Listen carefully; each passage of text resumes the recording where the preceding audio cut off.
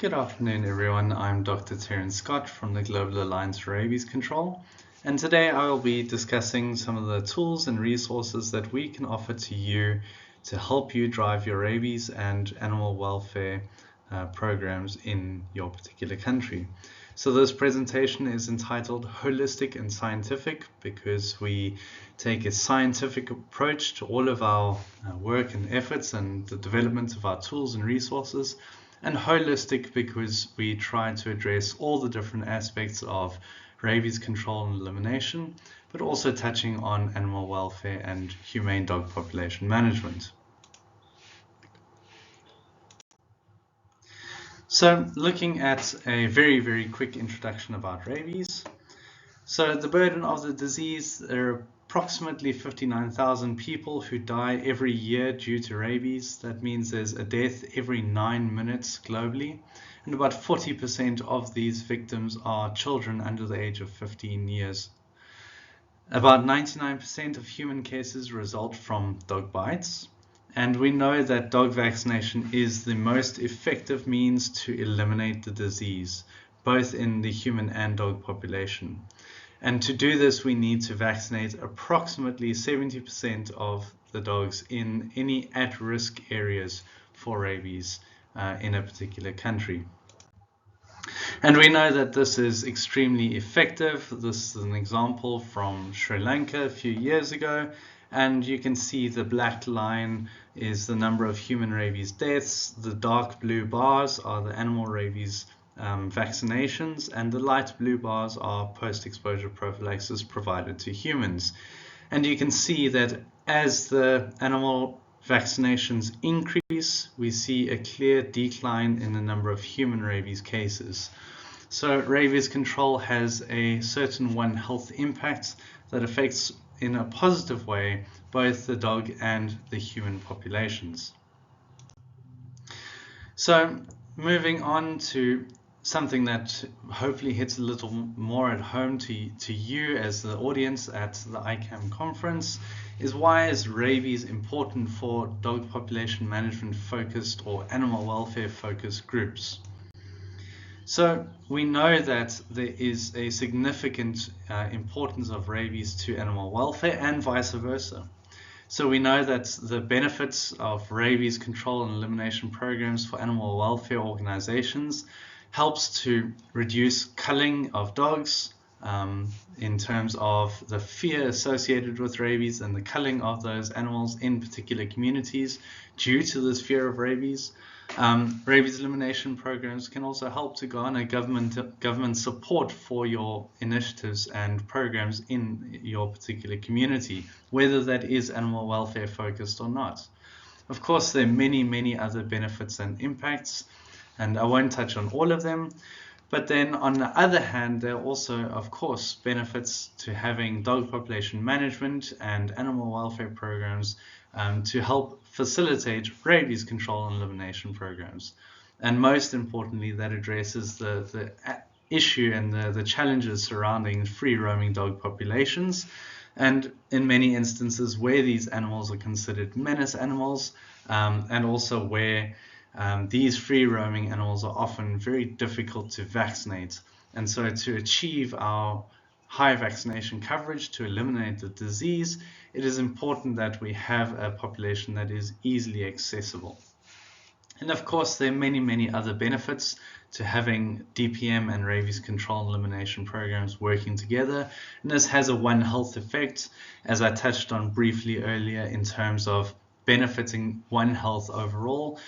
For example, reducing the numbers of traffic accidents, impacts on tourism, because the free roaming and rabid animals can have a very negative impact on tourism. And so we have multiple different benefits to work both on animal welfare and on rabies together.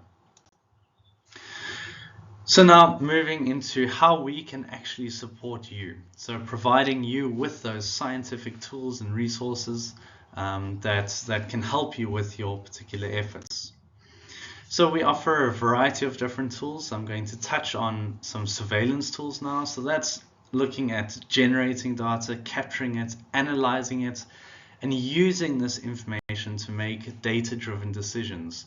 and then using all of that data to then build further collaboration with other partners. So importantly, we know that we need to track disease interventions, and to do this, you need to show where you have vaccinated, where you have not vaccinated, and of course where you need to vaccinate some more. And this sounds very easy, and it is very easy. So we offer a variety of tools that can help you to track the progress of your own work. It helps to with reporting to authorities and to donors. We've had many animal welfare groups, many NGOs who have used our tools and the outputs that they can deliver to help garner more funding and support from donors and from local authorities. This also, the surveillance information and data can help you to plan your own initiatives and your own interventions.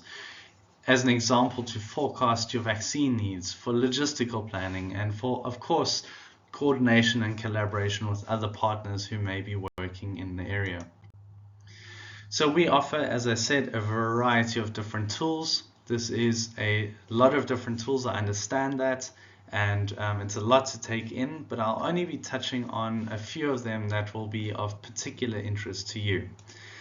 As an example, we have two different types of tools. One for mass dog vaccination tracking, so that is focused whether you're doing large-scale mass dog vaccination initiatives and you want to capture data as quickly as possible without needing to have dedicated data collectors and using up those valuable resources on hiring additional staff to then follow your teams to capture data. The idea is that the vaccinators themselves can capture the data with this very easy and simple tool.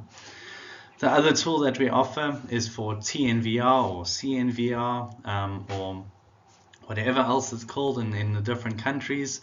In essence, your vaccination and sterilization tracking.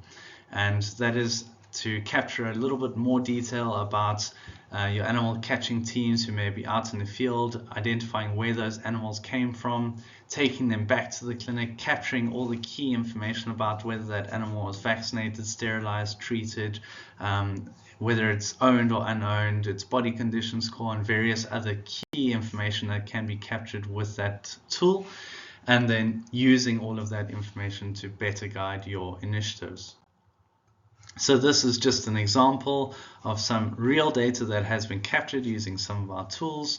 This is a vaccination program that occurred in Zanzibar, and the government provided us with permission to share this data with you so that we can show you the impacts of these tools. So running through it very quickly, you can see as the vaccination campaign progresses, more and more animals are vaccinated, and this is all captured within the system.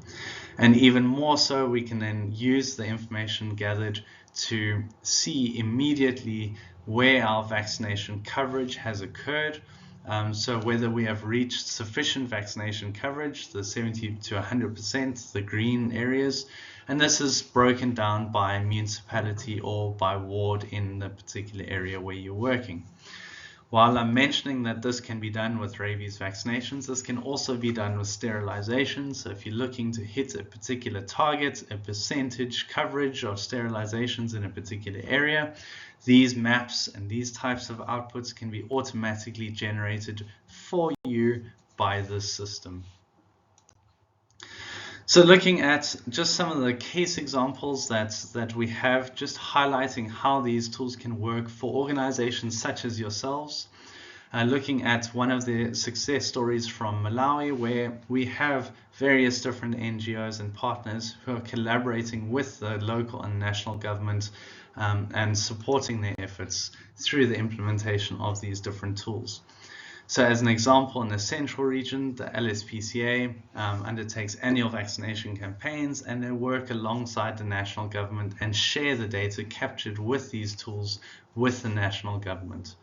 In the northern region, there are international and local NGOs who are working together, coordinating, again, through the use of these tools, and supporting government with government veterinarians being engaged in these campaigns and vaccinating over 30,000 animals last year, for example. Now moving on very quickly to some of the education tools that we can offer to you also to help to build that knowledge, raise awareness, sensitize communities and train staff and build that capacity. We know that there are various different benefits to enhanced education for rabies control, but also for dog population management, including increased animal welfare, post-exposure prophylaxis compliance, decreased number of bite cases, and increased vaccination coverage in the target areas. And to do this, we can deliver various different free online courses to you. So all of these courses are available to you. They're all entirely free of charge. And our foundational course is the Rabies Educator Certificate. And then we have various different profession-specific courses that are available to you also. So looking very quickly at the Rabies Educator Certificate, it teaches you how to become an educator, teaches you about rabies, avoiding dog bites, understanding of dog body language, caring for dogs, so responsible dog ownership, and humane dog population management is touched on also. And this empowers you to go out into communities and educate others with this life-saving knowledge. So anyone can become a certified rabies educator. We encourage you to enroll in these different courses, and you can go to the GARC education platform, scan the QR code, or follow this link to enroll in the courses. They're free and you'll receive an official certificate after completing each of the courses. And we encourage others to do the same too. So looking at some of the champions as an example, we've had multiple different people from all around the world engaging in these courses, becoming certified and championing education to deliver this as professionals or to deliver it to their communities. So in conclusion, we really encourage you to engage with us. All of our tools and resources offered are entirely free of charge. We will support your efforts irrespective of your capacity. So whether you're a tiny NGO, whether you are a private veterinarian, whether you're a huge international NGO, or any other stakeholder or partner, we're willing to work together with you, support your efforts, and engage with you to help deliver better rabies control and elimination programs and also improved dog population management. We can help to gain the trust of local and even national government authorities and help you to engage at a high level. And we will also share your stories and publicly support your work through different case studies, social media, and newsletters. So we really encourage you to get in touch with us to start that conversation. So I'd really like to thank you for your engagement and your participation, and I look forward to any questions that you may have. Thank you.